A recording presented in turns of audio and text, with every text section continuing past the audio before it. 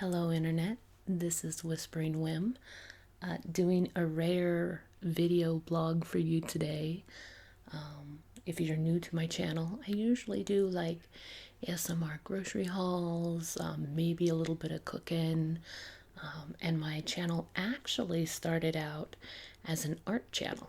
It was still ASMR, but it was supposed to be motivation to draw and paint and talk to people. And as it turns out, I hate filming myself drawing. I get very self conscious. And I have kind of grown as an artist. I now do needle felting, which for most of you, you know that already, but for those who don't, it's basically you take a barbed wire or a needle, rather, needle felting, and you poke a bunch of wool and it'll like connect on itself and interlock, and you can make fabric, you can make animals. So that's what I do, and that's actually my business. Is I sell my arts and crafts full time, which is crazy. It's amazing, I have to say. But, anyways, I recently had the opportunity to go to Washington State and do the spring fair up at Puyallup, which is kind of close ish to the Tacoma, Seattle area.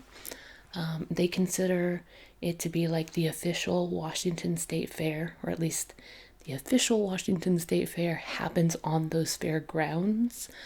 Technically, like the big state fair is in the fall. But anyways, I got to do the spring version, and I was so excited for the opportunity, right? That I kind of got it in my head that I would record the journey and do a separate video for you guys, kind of like what I did with my aquarium trip for my birthday, which was like, God, 2-3 years ago now. My gosh. I've been making videos for a long time. It's kind of strange.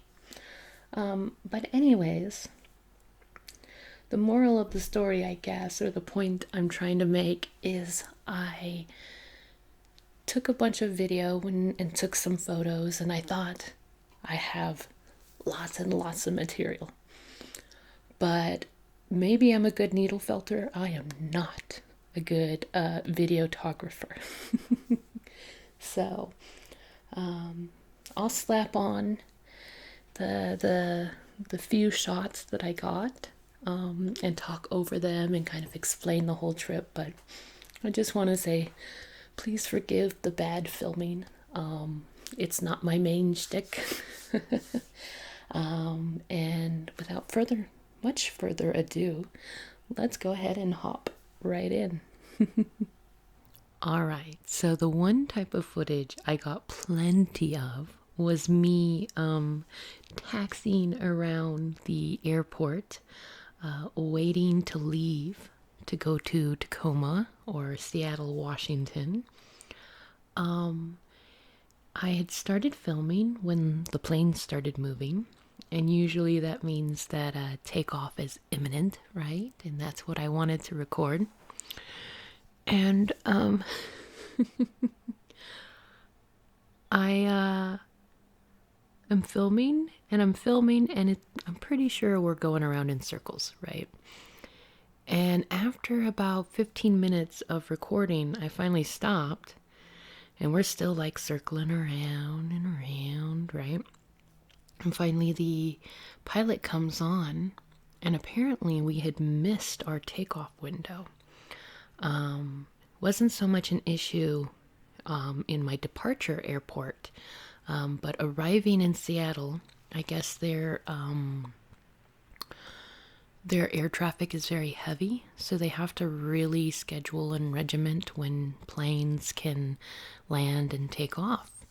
And we had been delayed, gosh, probably no more than like 10 minutes. When we were first boarding the plane, there was some sort of issue with the family, as you were. So our initial leave time was only slightly altered, but we ended up having to sit on the tarmac for, goodness, I want to say like 30 minutes or so. Altogether, my flight was an hour late, which was really unfortunate. My sister lives up in that area. She lives, oh my goodness, where does she live? Oh my gosh, I can't remember at the moment. Which is probably best, anyways. Less personal information that goes on the YouTube, the better, right? But she lives close enough to Tacoma and Puyallup that I felt comfortable staying with her and saving myself that hotel cost, right?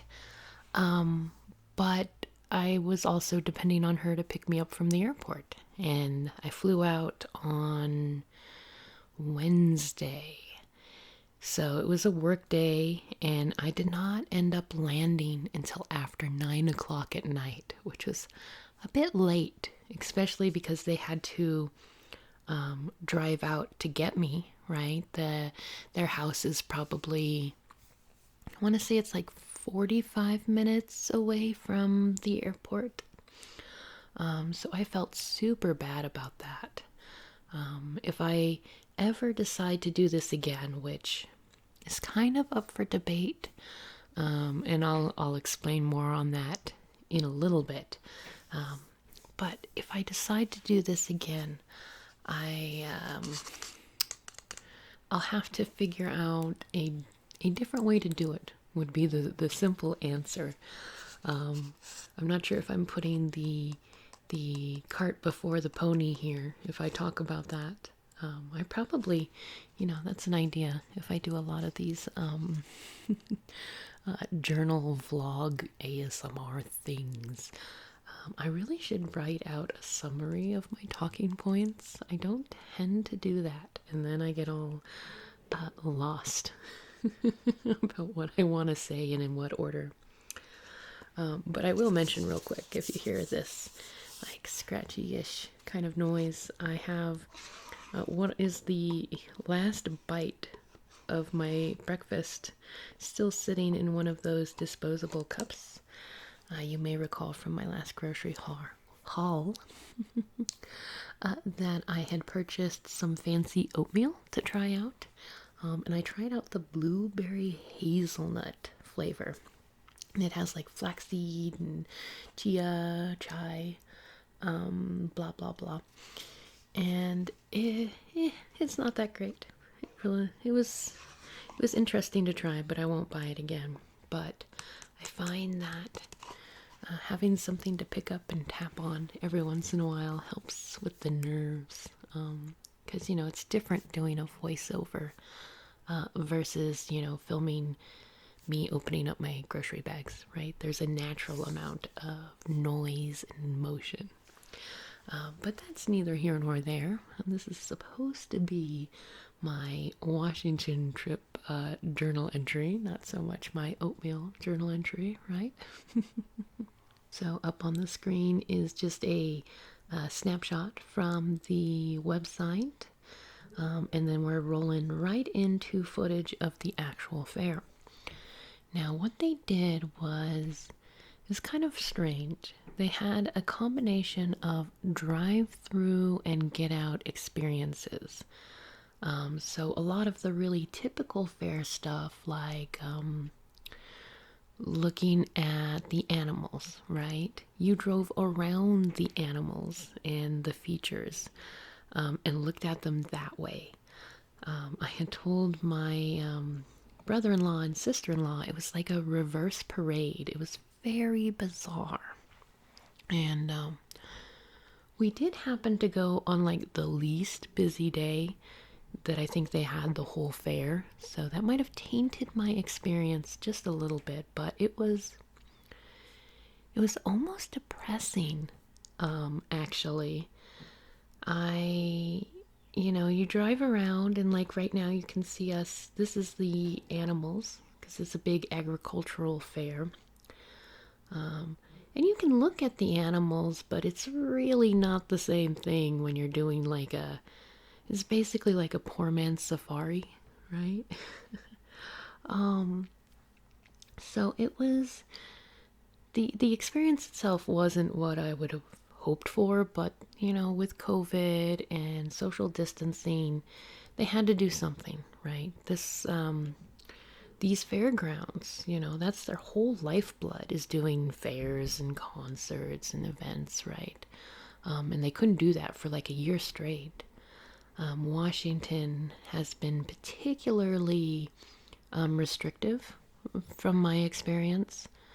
And I think a lot of that stems from the fact that they were, essentially ground zero for the pandemic sweeping through the US. The first cases were in Washington. So I think they kind of took that to heart a little bit and went very extreme. Like the restrictions that my sister lived with versus what I lived with in my state and hometown were vastly different. Poor thing. Couldn't go to the gym for like more than a year. And we had gyms, basically after like 3 or 4 months, but they were at a reduced capacity and with masks and everything. But yeah, she said she couldn't go to the gym at all. But anyways, back on the fair. So I convinced my family to go down. I wanted to see the experience.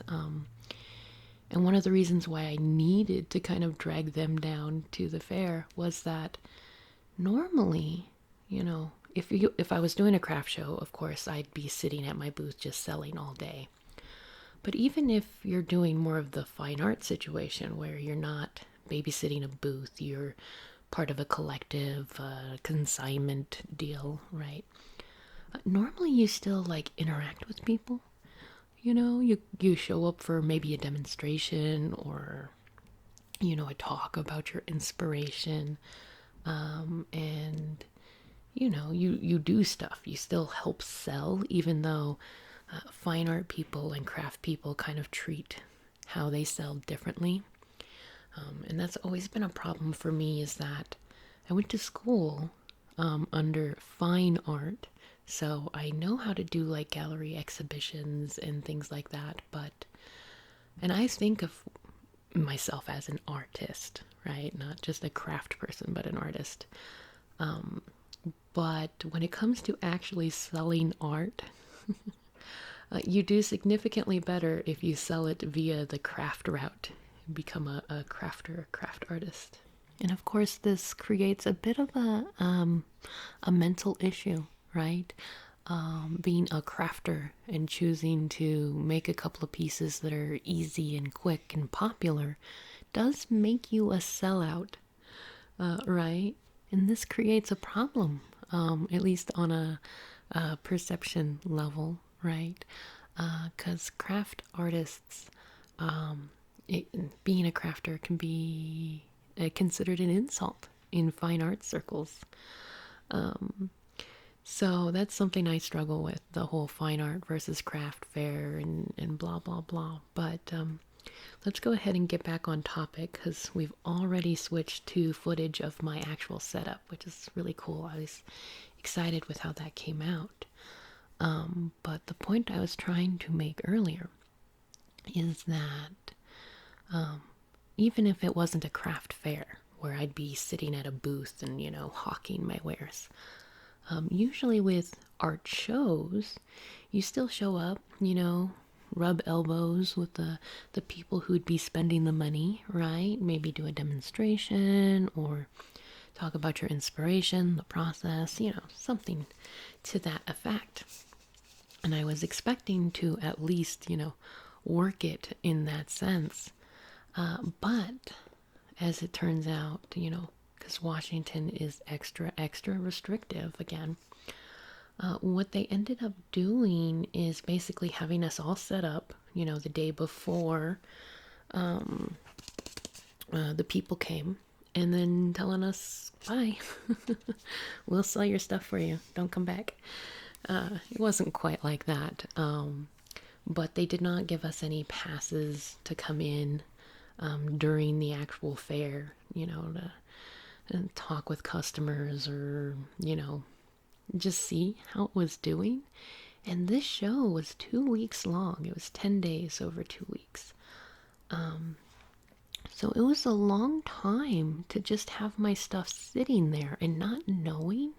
Like, my favorite part about doing any kind of show, craft show, art show, convention, is just people interacting with my stuff. I admit I'm kind of addicted to the praise. Even when people don't buy anything, I love it when they're just like, wow, that's amazing. You do such good work. So I got my family to go down to the fair, hoping that I could like interact with people. And it was really sad. We went down, and again, I think I mentioned earlier, it was probably the least busy day that whole fair had had. But in essence, there was no one there. No one. We ran into a couple of families, but like, it was, you might as well have been hiking up in a national park for how many people we saw and how close we saw them distance wise. And it was disheartening. I hated it. And then it didn't help that the fair people didn't update us daily. Like, I did actually sell stuff, so it wasn't a complete loss. Although when you consider travel expenses and eating out more often and everything, I probably broke even. I haven't really crunched all the pennies and dimes, but I know I didn't make money. I'm hoping I didn't lose too much. So that's why I said that I might not do the show again. Oh, there's my little puppy-in-law. Hopefully I haven't distracted you from falling asleep. We just got past all of my art stuff. I talked through all of it completely. And now I'm showing you my sister's backyard. And she has 3 dogs. The cute little one that interacts with me the most, that is Remy. And he is actually a rescue dog. I think she got him from the Beagle Freedom Project.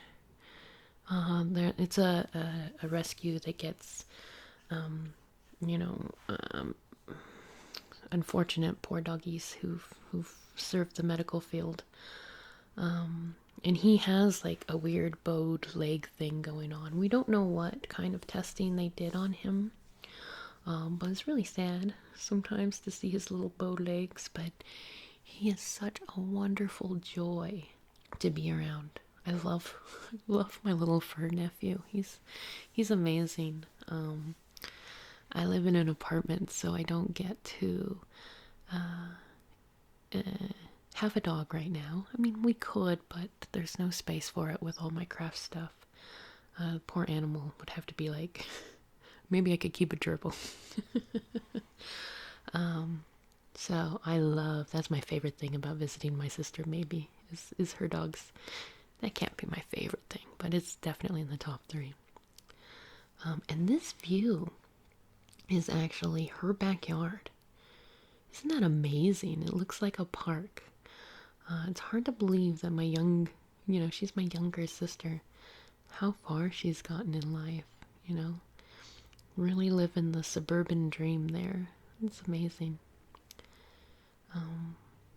But I spent a lot of time in this backyard because I couldn't work at the art show. I had brought stuff to work on myself, some extra wool and the felting needles so that I could poke a few new creations while I was up there, but packing space was limited. So I worked on what I could work on, but I basically ran out of supplies before the end because I wasn't expecting to have quite so much free time. And it's for that reason, mostly, that I am doubtful that I'll do the fair again. It's kind of interesting. The other artists that I talked to, they were just, they had one of the best fairs for them, the spring version, because it's always shorter and less people than the fall version. And they're like, it was fabulous for us this year.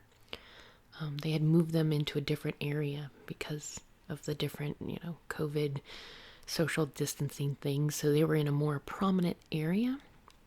But even the top artist, they didn't make more than like 2 grand. And I know that that's a lot of money in some respects. But that was their total retail value, not their net profits. And I don't know all of their factors. I know most of the other people that I showed with, they lived there locally, so that definitely keeps the costs down, right? But the fair itself took off 30%, like right off the top. And that's typical for a fine art show. For whatever reason, they more often do a percentage base, and 20-30% is actually a pretty common a range for consignment fees. So it was strange to me that for them, they thought that was such a great show. With my material costs and everything, like I said, after they took out that 30%, I'm not sure I made a profit. I probably broke even. Anyways, let's go ahead and we'll move on because the footage has moved on. I thought that maybe if I edited all of my pictures and film together at once, I could keep up with myself, but apparently I ramble far more than I have footage for. So what we're looking at though is some nice tulips. One weekend, my sister and her husband went up to a tulip farm. I can't remember what city it was in, but it was a considerable drive. But it was beautiful. The flowers were lovely. And pretty much you talk about flowers and lots of driving and weird craft, or not craft, art shows inside empty fairs. And that pretty much sums up my Washington State experience. It was good to see family, right? That's always a good thing. And it was good to have something to make stuff for, because I get a little lazy sometimes. I have a lot of stock, or at least what feels like a lot of stock. It really isn't. But when I don't have a show, which I didn't all winter long, I started to get a little slow with my creation process, so it was a good motivator, at least. It was not an entirely negative experience. In fact, I've kind of considered doing it again, even though it wasn't profitable. But I think that's just my need to get out there and show my work some more. Real quick though, on our screen, this is my patio garden. It's not related to Washington at all, but I didn't know when else I would get to show it off. Little baby jalapeno, and I live in an apartment, and I have not had a patio garden before because I thought that there'd be too much shade, especially for like a jalapeno plant. That's, they kind of like their sun. So I finally gave in, and I made myself a little patio garden, and it has just taken off. I love it so much. It really is the small things in life, right? But anyways, those are my flowers, and I have talked about Washington. I could probably start a new tangent, but I know I'm just about out of footage. So we're gonna go ahead and wrap this up. This last little clip here is just the flight back home. obviously late at night. My camera blinking into the window. It's weird how some windows reflect that back and some don't. But I figured the nice, blackout kind of a situation would be good to end the video on, because we can get a little quiet and